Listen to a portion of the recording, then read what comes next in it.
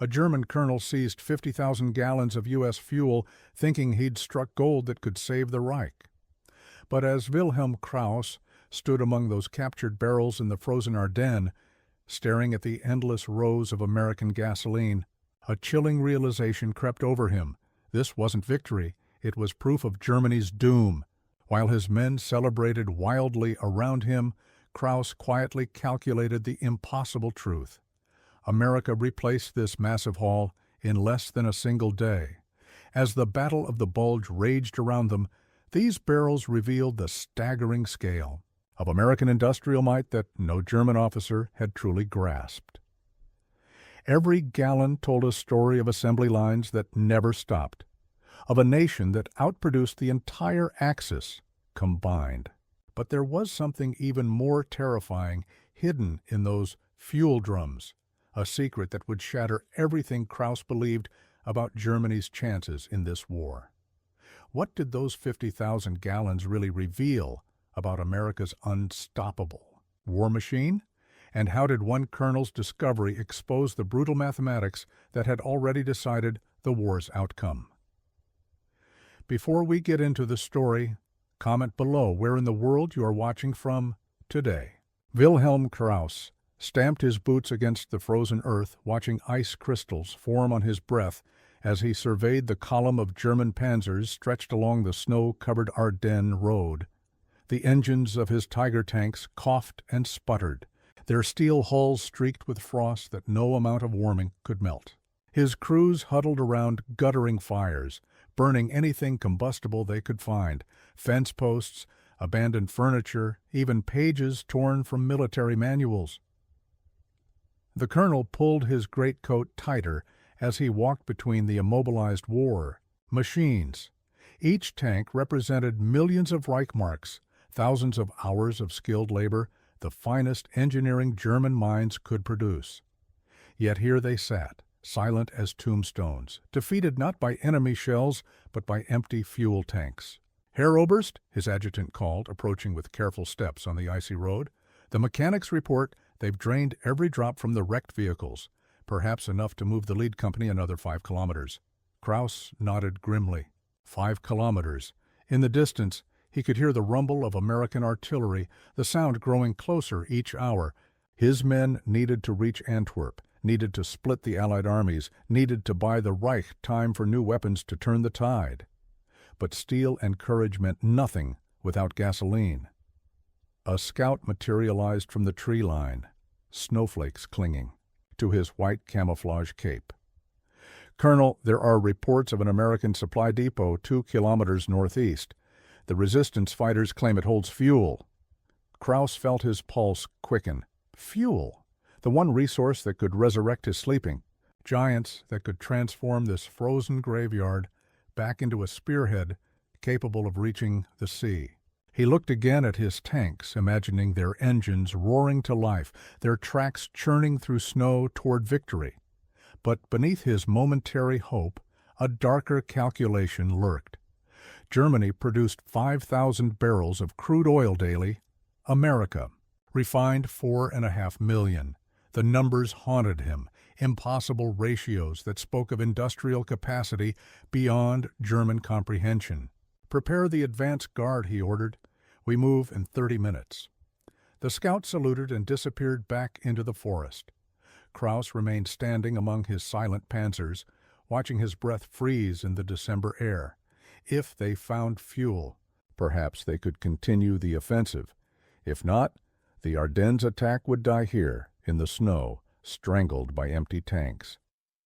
Sergeant Tom Callahan gripped the steering wheel of his GMC truck as it thundered along the muddy road through northeastern France.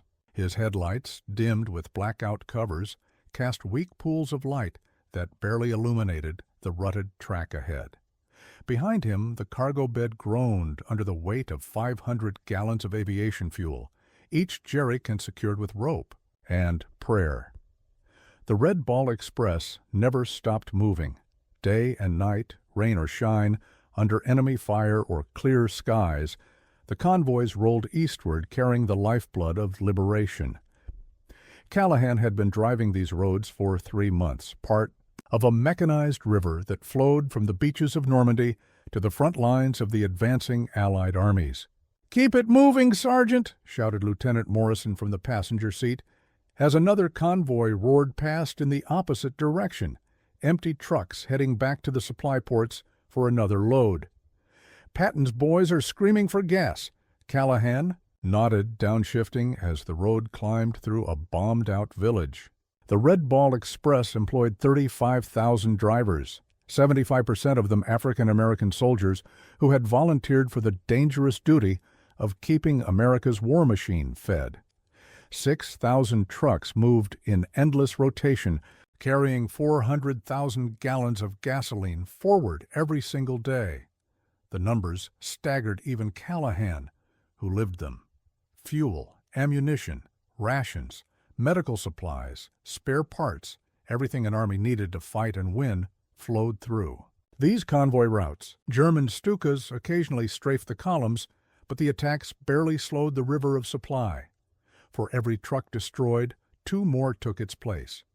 His truck hit a particularly deep pothole, and Callahan cursed under his breath, while Glenn, Miller's In the Mood, played softly on the radio mounted beneath the dashboard. The music reminded him of home, of dance halls and Saturday nights that seemed like memories from another lifetime. But this was his war, not glamorous like the infantry charges or tank battles, but essential as breathing. Another convoy passed, headlights winking in the darkness. Jeeps, 2.5-ton trucks, tank transporters, fuel tankers, an endless procession of American industrial might rolling toward the sound of guns. Callahan had heard the stories from drivers who had served in North Africa and Italy. The Germans fought with skill and courage, but they fought hungry, thirsty, and increasingly without gasoline. "We're the veins," he murmured to himself unconsciously, echoing words he had heard in a dozen driver briefings. "The Army's the beating heart. If we stop, they bleed out." The road ahead stretched into darkness, but Callahan knew it led to victory. America had built a supply system so vast, so resilient, that no enemy could break it. They could bomb the convoys, strafe the depots, sink the ships, but the river of American abundance would find another channel, would keep flowing until the last enemy soldier surrendered. Corporal Eddie Morales pulled his knees closer to his chest in the frozen foxhole, trying to conserve what little body heat remained beneath his thin winter gear. The 101st Airborne had been surrounded in Bastogne for 6 days, cut off from resupply, living on half rations and melted snow. His breath formed ice crystals on the rim of his steel helmet as he peered through the pine trees toward the German lines. The artillery had stopped an hour ago, leaving behind a silence that felt heavier than the bombardment. Morales shared his foxhole with Private Johnson, a kid from Ohio who kept a photograph of his girl folded inside his helmet liner.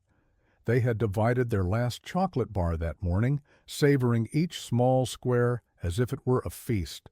"Think Patton's really coming?" Johnson whispered, his voice barely audible over the wind sighing through the bare branches. Morales shrugged, not trusting his voice. Everyone talked about Patton's Third Army racing north to break the siege, but talk was cheap when your stomach was empty and your feet were numb with cold. The paratroopers had held Bastogne because they had no choice. Retreat meant death. Surrender meant captivity. But holding a position was different from winning a battle. The real question, whispered in foxholes across the perimeter, was whether Patton's tanks had enough gasoline to reach them. Everyone had heard the stories about the Red Ball Express, about the massive supply convoys that fed the Allied armies. But the Battle of the Bulge had disrupted everything, cutting supply lines and scattering fuel depots across a 100-mile front. Morales reached into his jacket pocket and pulled out a crumpled letter from his sister in San Antonio. She wrote about rationing back home, about meatless Tuesdays and gas stickers on car windshields.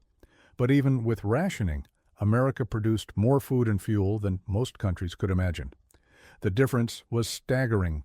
Patton's Third Army, alone consumed 400,000 gallons of gasoline daily just to maintain offensive operations. A distant rumble echoed through the forest, and both soldiers tensed. Artillery again? German tanks? But the sound grew steadier, more rhythmic, like thunder that refused to fade. Johnson grabbed Morales's arm. "Engines," he breathed. "That's engines." Morales listened, hope and fear warring in his chest. Engines meant movement, and movement meant fuel. If Patton's armor was finally pushing through the German lines, it meant the supply system had worked, meant American abundance had triumphed over German desperation. The sound grew louder, and Morales allowed himself a small smile. In Bastogne, hope came measured in gallons, and somewhere beyond the German ring, American tankers were burning gasoline to bring salvation to the surrounded paratroopers. "Hold on," he whispered to Johnson. "Just hold on a little longer." The doors of the American fuel depot swung open with a metallic screech that echoed across the frozen clearing. German Obergefreiter Hans Weber stepped inside first, his rifle ready, then lowered it slowly as his eyes adjusted to the dim interior. Rows upon rows of 55-gallon drums stretched before him, each one stenciled with crisp black letters. U.S. Army, gasoline. "Mein Gott," Weber breathed, his voice carrying in the cavernous space. Behind him, Colonel Kraus entered with measured steps, his boots clicking against the concrete floor. The depot was enormous, clearly a major supply node in the American logistics network. But it was the sheer quantity of fuel that struck him speechless.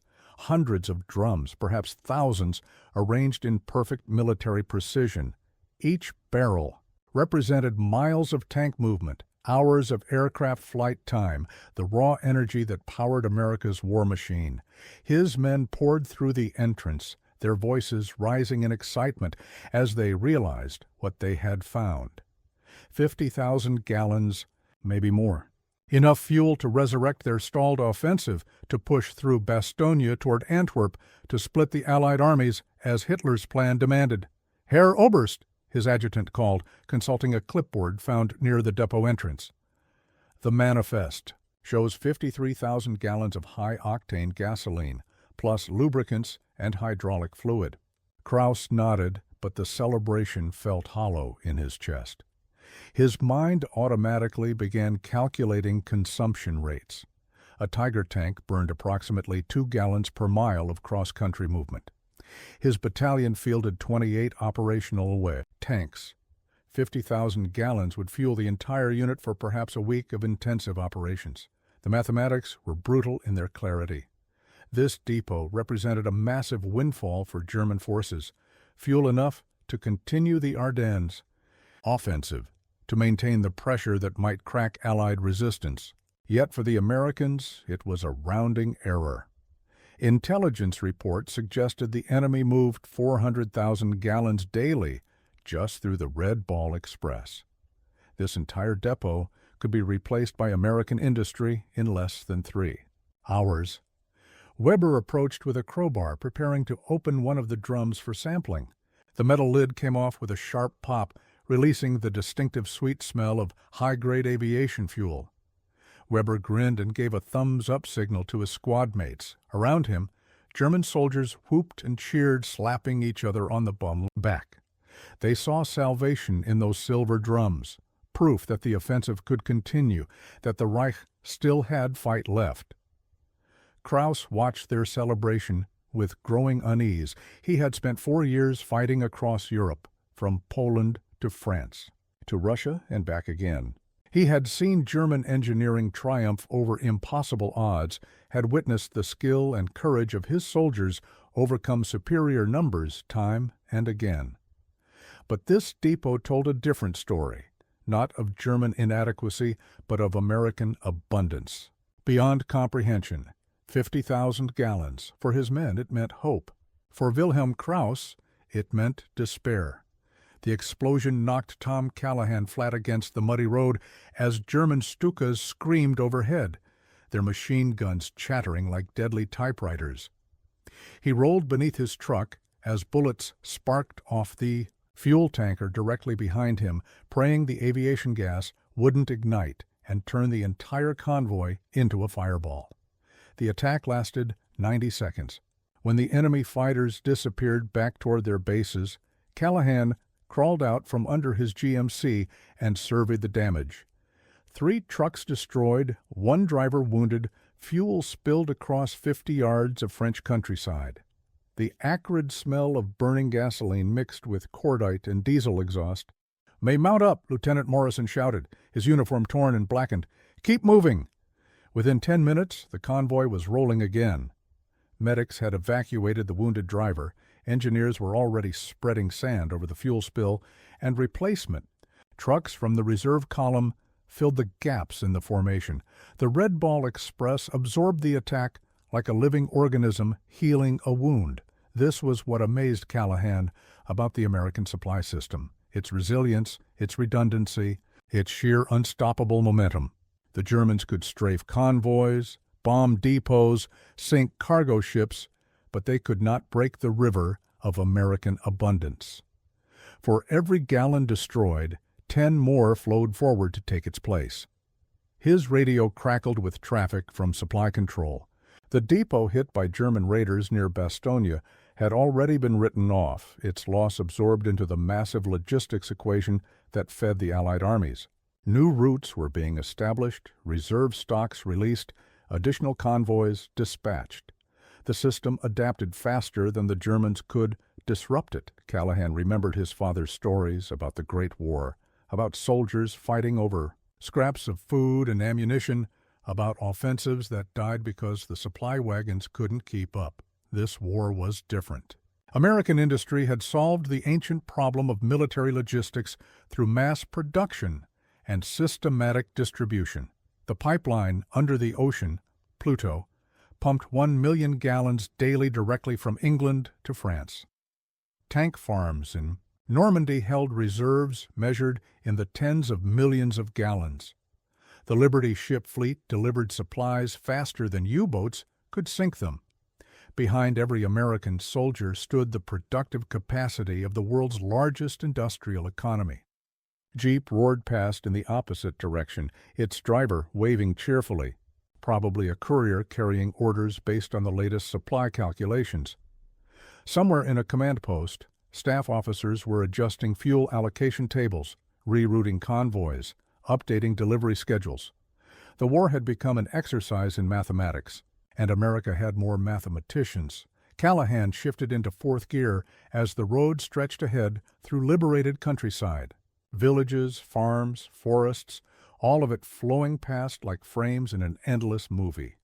The Germans could steal barrels, could capture depots, could disrupt individual convoys. But they couldn't steal the river itself. They could steal the pond, he murmured, unconsciously echoing a phrase he had heard from a quartermaster colonel. But not the river. Anna Becker sat at her kitchen table in the ruined Belgian village of Malmedy, carefully counting the ration coupons that determined whether her children would eat that week.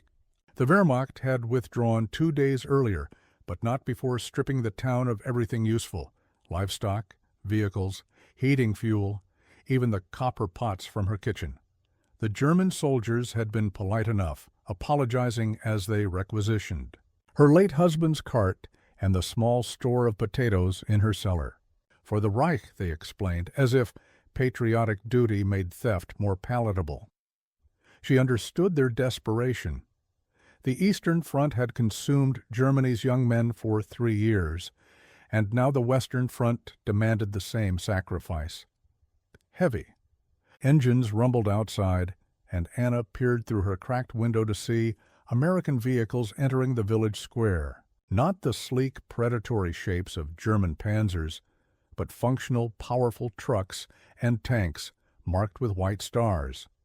The convoy seemed endless: fuel tankers, supply trucks, ambulances, jeeps carrying officers who consulted maps and radios. Within an hour, American soldiers were distributing supplies from the back of a 2.5-ton truck. Not requisitioning, distributing. Canned rations, chocolate bars, cigarettes, blankets, even small bottles of medical supplies. Anna approached cautiously with her 2 young daughters, unsure what to expect from the liberating army. A young sergeant with kind eyes handed each girl a Hershey bar, then offered Anna a cardboard box containing enough canned food for a week. "From America," he said in broken French, smiling as the children unwrapped their chocolate with reverent care. The contrast struck her like a physical blow. The Germans had come to take food, fuel, men, hope. The Americans came to give. Behind their advance lay not a starving homeland stripped bare by war, but a continental economy that produced surpluses even while fighting on 2 fronts. That evening, as Anna prepared the first hot meal her family had eaten in weeks, she listened to the BBC broadcast on a radio given to her by another American soldier. The announcer spoke of production figures that seemed impossible. 96,000 tanks built in 1944, 300,000 aircraft, 41 billion rounds of ammunition. America had shipped 18 million tons of supplies to Europe that year alone, 18 million tons. Anna tried to comprehend such abundance, but failed. The entire German army probably didn't possess 18 million tons of anything except perhaps mud and desperation. She looked at her daughters sharing their chocolate, savoring each small square, and understood that liberation had a taste, sweet, rich, abundant. Outside, American convoys continued rolling east, headlights blazing in defiance of enemy aircraft. Each truck carried not just fuel and ammunition, but proof of a simple truth that European minds struggled to accept. America was rich enough to fight a global war and still have plenty left over. The Germans had come to take because taking was all they knew. The Americans came to give because giving was what they could afford. Wilhelm Kraus stood alone in the commandeered farmhouse, staring through frost-covered windows at the gray December sky where no German aircraft flew. Once the Luftwaffe had darkened European skies with formations of fighters and bombers. Now the heavens belonged to American Mustangs and British Spitfires, their engines fed by the same inexhaustible fuel supply that powered Allied tank columns. His adjutant entered quietly, carrying a folder of reconnaissance reports that made for grim reading. Luftwaffe fuel consumption had collapsed by 90% in the final months of 1944. Allied bombing of synthetic fuel plants had crippled Germany's ability to produce aviation gasoline, grounding the most experienced pilots in Europe for lack of anything to burn in their engines. The airfields near Berlin report less than 50 operational aircraft, the adjutant said, setting the folder on the wooden table. Most squadrons have been converted to infantry units. Kraus nodded grimly. He remembered the early years of the war when German aircraft ruled European skies, when Stukas and Messerschmitts struck Allied formations at will. Technical superiority, tactical innovation, pilot skill. Germany had possessed all these advantages. But advantages meant nothing when fuel tanks ran dry. The captured American depot had provided his armor with enough gasoline to continue operations for another week, perhaps 2 if they rationed carefully. But what then? The Ardennes offensive was supposed to split the Allied armies, capture Antwerp, force a negotiated peace that would save the Reich. Even if every objective was achieved, Germany lacked the fuel reserves to exploit victory. He opened the folder and studied the intelligence estimates. American aviation fuel production exceeded German output by ratios that approached the impossible. A single Texas refinery produced more gasoline in one day than all of Germany's synthetic plants combined. The mathematics of defeat were written in every supply calculation, every fuel allocation, every grounded aircraft. Outside, he could hear his panzers warming their engines for the day's advance. Magnificent machines operated by brave men, but machines that would soon fall silent again when the last drops of captured fuel were consumed. Without gasoline, the Wehrmacht was transforming from a mechanized army into an elaborate museum display. The irony was crushing. German engineering had produced the world's finest tanks, aircraft, and submarines. But engineering excellence was meaningless without the industrial capacity to fuel, maintain, and replace equipment lost in battle. America possessed both sophisticated weapons and the factories to build them in unimaginable quantities. Kraus closed the folder and returned to watching the empty sky. His men still believed in victory, still trusted that German skill and determination would overcome Allied material advantages. They didn't understand that modern warfare was fundamentally about logistics, about the ability to sustain operations over months and years of continuous fighting. Without fuel, the Wehrmacht had become something tragic, an army of ghosts haunting European battlefields, magnificent in memory but powerless in reality. The distant rumble of engines reached Eddie Morales through the frozen pine trees surrounding Bastogne, growing louder with each passing minute. After 8 days of siege, surrounded by German forces living on melted snow and shared chocolate bars, the sound represented either salvation or annihilation. "That's armor," whispered Private Johnson, pressing his ear to the frozen ground. "Heavy stuff." Morales gripped his M1 rifle tighter, trying to determine whether the approaching vehicles belonged to Patton's Third Army or German reinforcements. The mechanical symphony grew more distinct.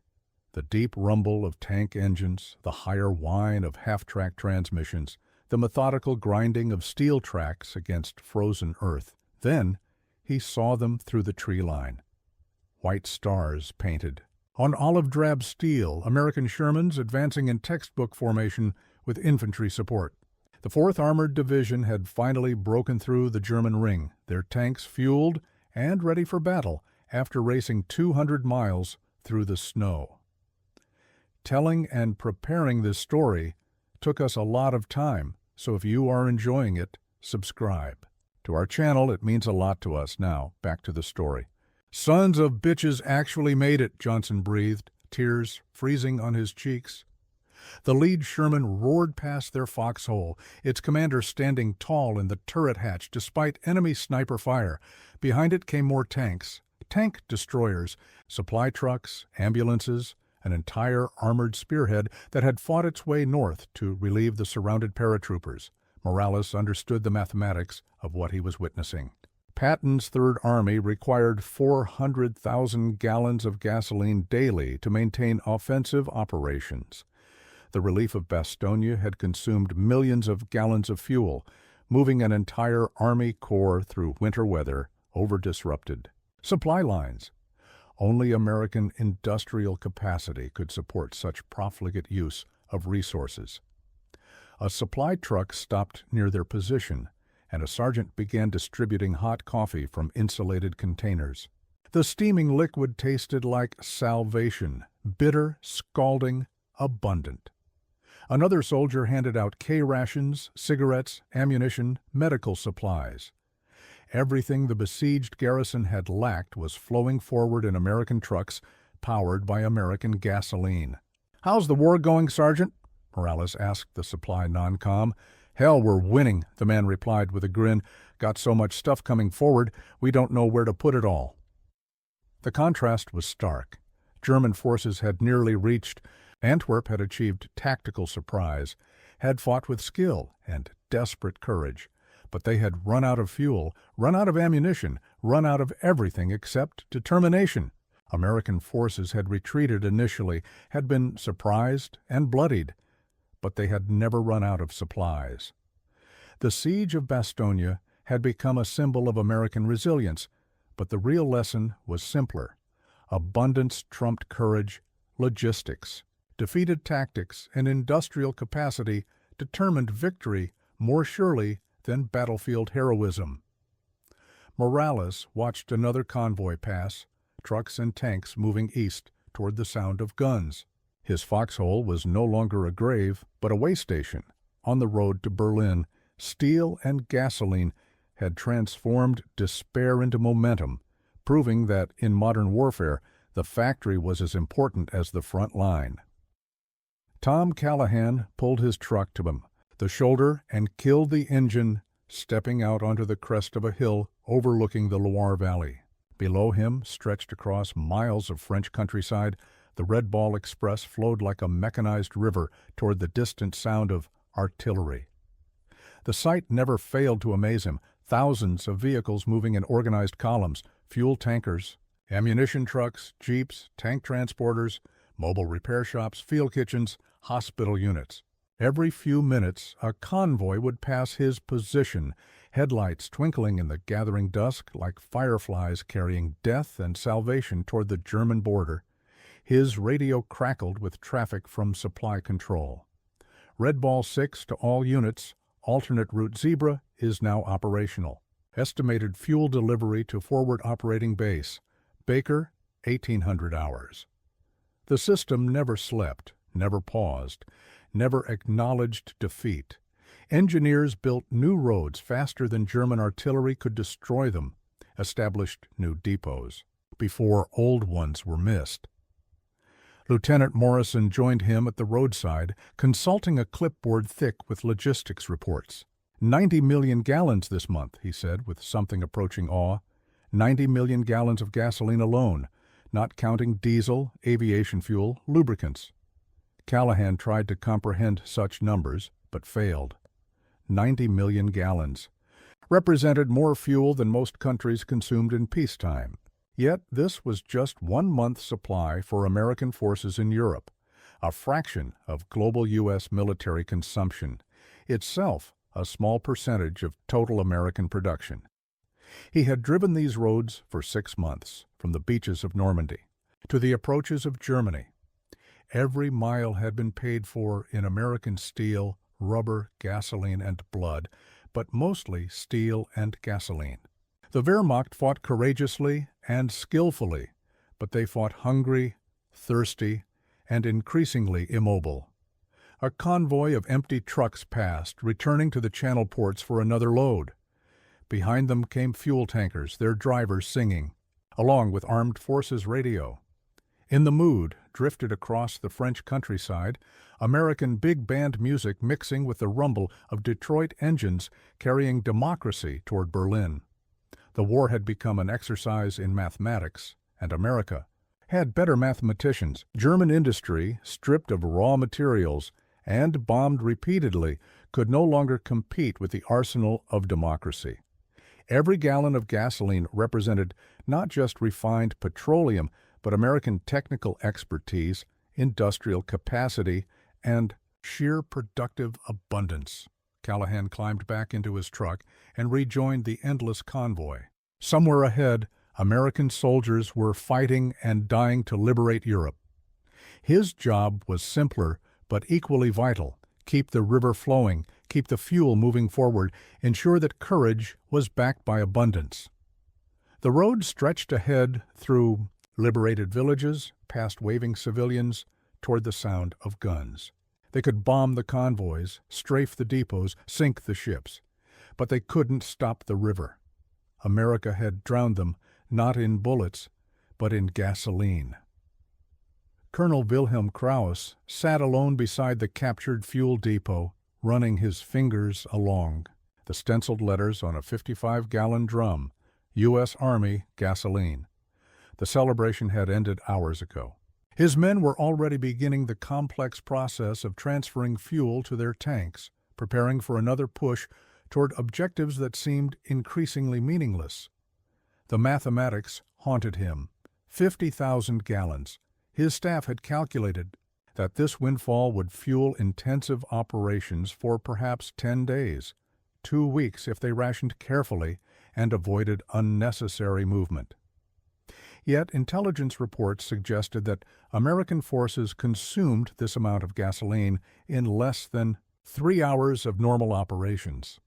His adjutant approached with fresh reconnaissance summaries, maps marked with red arrows showing the relentless advance of Allied armor. Herr Oberst, Patton's forces have broken through at Bastogne. The Third Army is advancing on a broad front.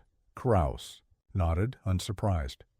Patton's tanks moved because they had fuel. His own panzers would soon stop moving because they lacked it. The equation was brutally simple. Mobility required gasoline, and America possessed gasoline in quantities that defied German comprehension. He opened his personal notebook and began calculating again, a habit that had become obsessive since the depot capture.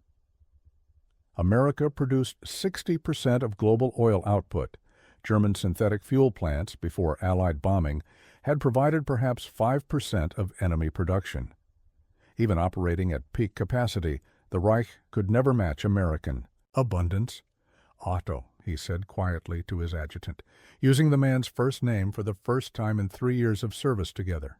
"Tell me honestly, do you believe we can win this war?" The younger officer hesitated, clearly uncomfortable with such direct questioning. "The Führer says—" "Forget what the Führer says. Look at these numbers. Look at what we captured and what it represents." Kraus gestured toward the rows of fuel drums. "This depot is a rounding error in their supply calculations. They will replace it before we finish using it." Otto studied the intelligence reports with fresh eyes, seeing them not as tactical data but as strategic reality. American production figures that seemed impossible. 300,000 aircraft built in 1944, 96,000 tanks, 41 billion rounds of ammunition, numbers that dwarfed German output even before bombing had crippled Reich industry. "Meine Gott," Otto whispered, "we're not fighting an army, we're fighting a factory." Kraus closed his notebook with a sharp snap. The war was already decided, had been decided the moment America entered the conflict with its full industrial might. German soldiers could fight with skill and courage. German engineers could design superior weapons. German generals could plan brilliant campaigns. But none of it mattered when the enemy possessed 10 times the productive capacity. 50,000 gallons had bought them nothing except the truth. Germany was already finished. The numbers told the story that no propaganda could obscure statistics that transformed individual heroism into industrial inevitability. By 1944, American factories had achieved production rates that would have seemed impossible 4 years earlier, creating a tsunami of military equipment that no enemy could withstand. 96,000 tanks rolled off American assembly lines. That year, compared to fewer than 18,000 produced by all Axis nations combined. The United States built 300,000 aircraft while Germany managed less than 39,000. American shipyards launched Liberty vessels faster than U-boats could sink them, replacing losses within days, while simultaneously expanding total cargo capacity. The mathematical disparity extended beyond mere quantity into the realm of productive capacity itself. America had converted its peacetime automobile industry into the world's largest military manufacturing complex virtually overnight. Detroit factories that once produced Buicks and Chevrolets now churned out Sherman tanks and aircraft engines with assembly line efficiency that German craftsmen could never match. Raw materials told the same story. American steel production exceeded the combined output of Germany, Japan, and Italy by ratios approaching 4-to-1. Aluminum, copper, rubber, petroleum, every strategic resource flowed toward American factories in quantities that enabled profligate use of materials. German engineers hoarded every ounce of strategic metals while their American counterparts designed of equipment, assuming unlimited supplies. The financial resources backing this industrial effort dwarfed Axis capabilities. American war spending reached $341 billion, larger than the entire peacetime economies of Germany and Japan combined. This expenditure represented not strain, but abundance. America fought the most expensive war in human history while simultaneously maintaining civilian living standards that exceeded European peacetime levels. Behind the production statistics lay human resources equally impressive in scale. American universities graduated more engineers annually than Germany possessed in total. The arsenal of democracy employed 16 million workers in war production while maintaining agricultural output sufficient to feed allied nations. Axis powers struggled to balance military recruitment with industrial labor needs. America solved both problems through sheer population abundance. The transportation networks supporting American industry operated on scales that German logistics officers found incomprehensible. Railroad systems, highway networks, inland waterways, and pipeline systems moved raw materials and finished products with efficiency that transformed distance into strategic advantage rather than obstacle. Most devastating was the cumulative effect. American industry produced not just individual weapons, but complete military systems sustained by abundance. Every Sherman tank came with unlimited spare parts, every aircraft with maintenance support, every soldier with equipment replacement guaranteed. German forces fought with irreplaceable equipment, while Americans treated complex machinery as expendable resources. The numbers had spoken their verdict long before the final battles. Democracy outproduced dictatorship, abundance defeated scarcity, and American industrial might had rendered military genius irrelevant. Decades after the war's end, the veterans carried forward memories shaped by abundance and scarcity, victory and defeat, the sweet taste of chocolate, and the bitter mathematics of industrial supremacy. Eddie Morales returned to San Antonio, where he raised 3 children and worked in an aircraft factory that had expanded during the war and never contracted afterward. Sometimes, cleaning out his garage, he would find an old chocolate wrapper and remember that morning in Bastogne when Patton's tanks arrived fueled and furious, proving that American abundance could reach anywhere courage was required. His children listened to his stories with respect but without comprehension. They had grown up in prosperity, assuming that plenty was normal, that American factories could produce whatever was needed whenever it was required. Morales tried to explain what it meant to count every bullet, to share chocolate bars among 8 men, to hear tank engines, and know they represented not just metal, but the mathematical proof of freedom's superiority. Tom Callahan settled in Detroit, where he drove trucks for the same company that had manufactured them during the war. The Red Ball Express had taught him that victory belonged not to the bravest soldiers, but to the most efficient supply systems. He kept a photograph on his kitchen table showing an endless convoy stretching across French countryside, headlights twinkling like stars carrying salvation eastward. When his grandchildren complained about gas prices or long lines at stores, Callahan would tell them about roads where fuel cost lives, where chocolate was currency, where abundance measured freedom itself. He understood something that peacetime generations struggled to grasp. Prosperity was not natural, but manufactured, created by systems too complex for individuals to comprehend, but too vital for democracy to survive without. Anna Becker became a teacher in rebuilt Belgium, instructing post-war children about the liberation that had arrived smelling of gasoline and tasting of chocolate. Her classroom displayed 2 photographs, German soldiers requisitioning her family's food, American soldiers distributing surplus rations. The contrast taught more about economic systems than any textbook could convey. Wilhelm Kraus spent 7 years in Allied prisoner camps where he taught fellow captives about the industrial capacity that had defeated them. He admitted what few German officers could accept. The Reich had been beaten not by strategy or tactics, but by mathematics, overwhelmed by production rates that transformed war from art into industry. Upon release, he wrote memoirs that few Germans wanted to read, describing the moment when 50,000 gallons of captured fuel revealed the truth about American abundance. The barrels had contained more than gasoline. They held proof that democracy could outproduce dictatorship, that free peoples properly equipped could overcome any tyranny, that the arsenal of democracy had built a river so wide no enemy could. Damn it!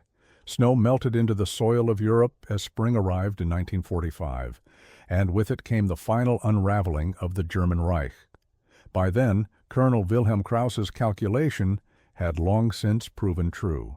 The 50,000 gallons he once stood among, so intoxicating in the moment, so pitiful in hindsight, had been consumed, leaving behind only empty barrels and a lingering smell of gasoline. His panzers rolled forward for a time, yes, but then they stalled again, abandoned along forest roads, their crews trudging eastward on foot toward a shrinking Germany. When Berlin fell, the world at last understood the cost of fighting a war against a factory nation. American supply depots sprawled across France like small cities, airfields filled with rows of warplanes still gleaming, and harbors choked with Liberty ships discharging cargo even as victory bells rang.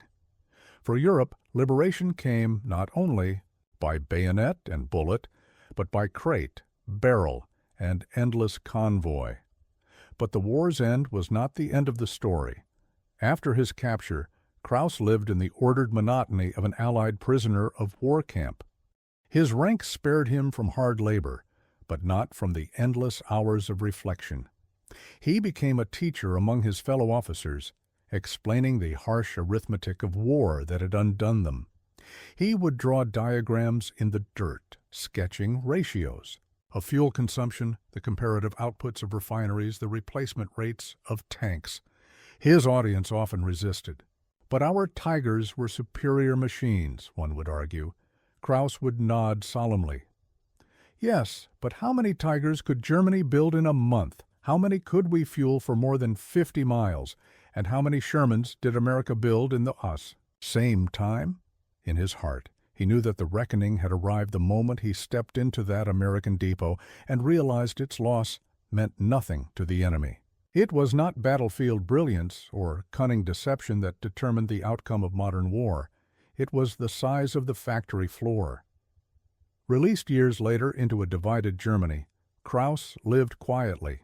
He wrote memoirs, unpopular in his homeland, that insisted the war had been decided by economics long before the first American soldier landed in Normandy.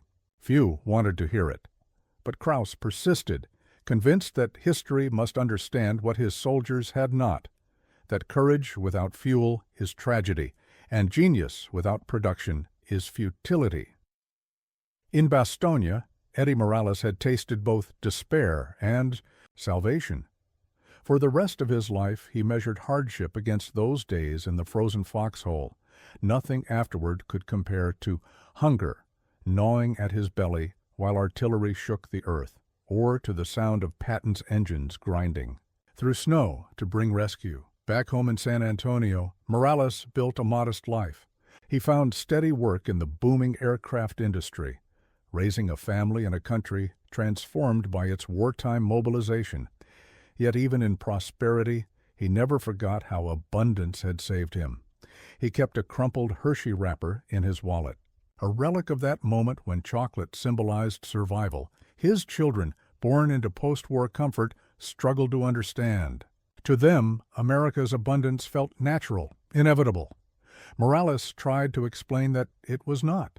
He spoke of men rationing bullets, of boots worn to shreds, of praying for gasoline as desperately as for food. He wanted them to see that the prosperity of peace rested on the same foundation as victory in war: factories, workers, and the relentless flow of supply. When his grandchildren later complained about long lines at gas stations during the crises of the 1970s, Morales would shake his head softly. "You don't know what it means to be out of gas," he'd say. "I've seen what happens to an army when the tanks stop moving." For Tom Callahan, the Red Ball Express was more than a memory. It was a revelation. He had watched Europe, liberated one truckload at a time, understood that the lifeblood of victory was not carried in rifles, but in fuel tankers and supply crates. Returning to Detroit, he worked in trucking, carrying goods along America's vast highway network. Every time he saw a convoy of freight haulers stretching across the horizon, he felt a flicker of recognition. The war had been fought the same way, by rivers of steel moving in endless rhythm. Callahan often told his grandchildren that wars were not won by generals alone, but by drivers, mechanics, quartermasters, and factory workers. An army marches on its stomach, sure, he would say, but it advances on its fuel tanks. He kept a photograph framed above his dining table, an endless line of red-ball trucks moving through the French countryside, headlights glimmering, like a necklace of stars. When asked why he kept it, he replied simply, "Because that's what victory looked like." In Belgium, Anna Becker became a teacher. Her students grew up amid rebuilt towns and American aid packages, never knowing the hunger and cold she had endured. To them, the war was history. To her, it remained a wound. She kept 2 photographs in her classroom, one of German soldiers taking food from her family, the other of American soldiers handing chocolate to her daughters. Those images, she explained to her students, told the story of the war more clearly than dates or maps. One side came to take, the other to give. Her lessons were not about military maneuvers, but about economics and morality. She taught her pupils that tyranny consumes while democracy produces, that a system built on fear eventually starves itself, while a system built on freedom feeds not only its own people, but others as well. For Anna, liberation always tasted like chocolate, and victory always smelled of gasoline. The war ended, but the lesson of abundance remained. The arsenal of democracy, once unleashed, reshaped the world. American factories that had built tanks and bombers turned back to automobiles and refrigerators, flooding the globe with consumer goods as readily as they had once filled Europe with fuel. Germany, once starved of resources, reinvented itself as a nation of industry within a new democratic framework. Japan, once driven to war by scarcity, transformed into an export powerhouse. Even the Soviet Union, victorious through sacrifice, knew it could never match the productive abundance of the West without emulation. Yet, in the ruins of Europe, amid graves and monuments, the truth remained clear. Modern war was no longer decided solely by the bravery of soldiers or the brilliance of commanders. It was decided in assembly halls, on factory floors, and along supply routes that stretched across continents. The Red Ball Express became a legend, a symbol of how victory had been delivered not only by firepower, but by logistics. Pluto, the pipeline under the ocean, entered history as a marvel of engineering. And the endless convoys stretching across liberated France became proof that freedom's strength lay not only in ideals, but in production lines. Years after the war, in a quiet German town, an aging Wilhelm Kraus revisited his old notebook.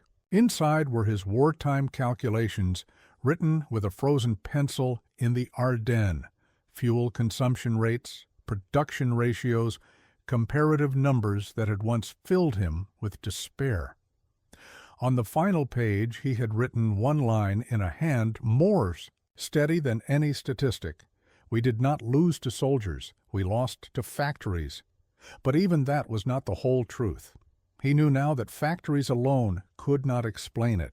The abundance that had overwhelmed him was born not merely of machines, but of a system that encouraged innovation, valued freedom, and mobilized millions of ordinary men and women.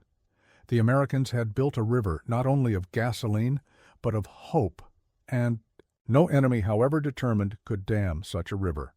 If you enjoyed this story, I handpicked this next story that you will enjoy. Please don't miss this one. Click here to watch it.